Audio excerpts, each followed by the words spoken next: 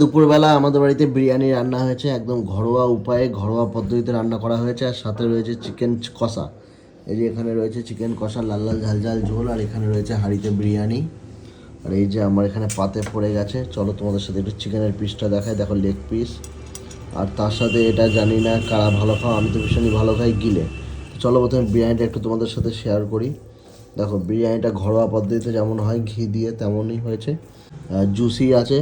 এখানে বিরিয়ানির সাথে দিয়েছে একটা ধামসা আলু। দেখো আলুটা একটু ভেঙে তোমাদের দেখাই। দেখো খুবই নরম হয়েছে আলুটা, দেখো ভেঙে গেল সহজেই। আর এখানে রয়েছে ডিম। ডিমটাও নর্মাল যেমন হয়, এই যে কুসুম দিয়ে।